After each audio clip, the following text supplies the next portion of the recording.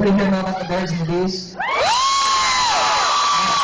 did it for a long time. My dad sat me down and he told me, he was like, son, when a man loves a woman, and went into this whole birds and bees speech, and I blacked out for 15 minutes of the speech.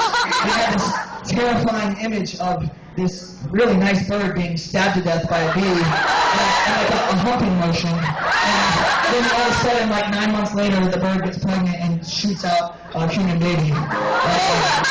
When I was young, I wasn't even that stupid. I knew that human babies didn't come from those type of birds. They came from storks, and they were dropped off at your porch.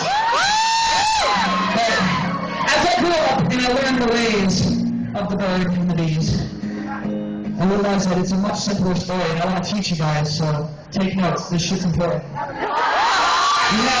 one hand, you have a bird, and it's a really nice bird, and you can tell by its feathers, it probably uses some type of Pantene Pro V or Herbalife.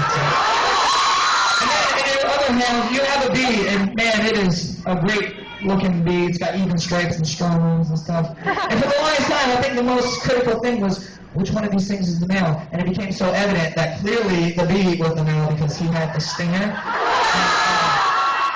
And because I made it to talk to bees, I don't know if you guys knew that, it's some kind of exciting thing, no big deal. I talked to my bee friend Freddie, who has a nice stinger and wings, and I said, hey, what's this deal? Do you get bummed out if you see another bee flying by, flapping by, and he has a slightly bigger stinger than you? And he says, no, because this is probably the most important thing you could possibly learn. He said it's all about the motion and the ocean.